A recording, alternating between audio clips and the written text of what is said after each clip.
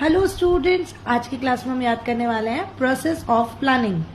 Process of planning, first step is setting up of objective, second developing premises, third listing up of various alternatives.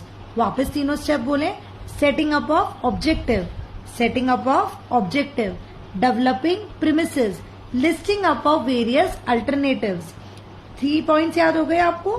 Next 3 steps है ESI, evaluating the plan, selecting the plan and implementing the plan. वापस बोलेंगे, evaluating the plan, selecting the plan, implementing the plan.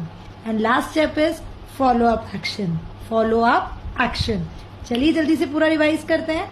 Setting up of objective, developing premises, listing up of various alternative, ESI, evaluating the plan, selecting the plan, implementing the plan and follow up action. Thank you.